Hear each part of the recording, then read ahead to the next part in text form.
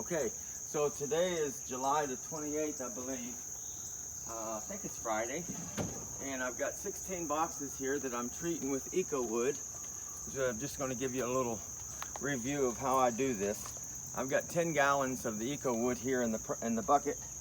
And so what I do is I set it in here and I soak it for just a couple seconds on each side. And that's just so that I don't have any lines on it. I try to get rid of as much streaks as I possibly can. And this is a dye and a preservative, because this EcoWood that I'm using, I buy it at Home Depot, and it's cheaper than paint. And what it does, it soaks into the wood, and then it protects the wood, and it's supposed to protect it for like 20 or 30 years. It's from Canada. It's a product from Canada. And if you buy it at Home Depot, you can take it back, and you can take the thing after you mix it and put it in a really good bucket. And they'll actually stain it, they'll actually tint it to whatever you want. This is actually Barn Red, which is a little bit dark. If you do it, like I say, they'll do it because it's a stain. And I just took my receipt in from the internet. I bought a 5-gallon bucket and took it over there, actually 2 of them, and then had them mix it up for me.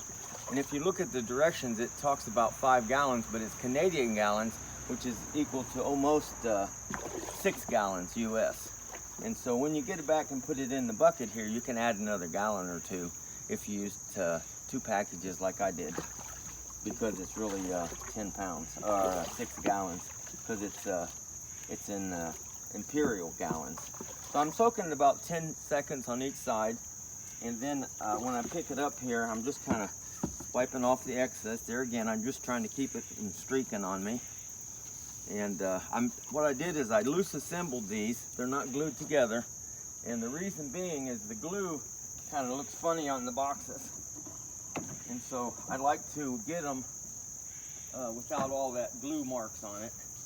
And if you've done much woodworking, you know that the glue will leave marks unless you get it all sanded off real good. So anyway, this is how I do it.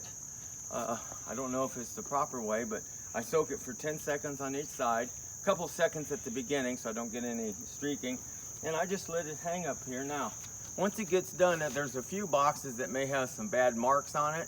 Once it dries real good, you can go ahead and paint it if you want to. Most of these boxes, I'll put Varathane on it. A Varathane is called Spar, and Spar Varathane is what they use on boats. And so it'll be good for outside, and there again, it'll make it last a little bit longer. Okay, well, this is Joe from Powder Springs, and I try to do most stuff myself, so it's do-it-yourself Joe. And y'all have a good day until next video.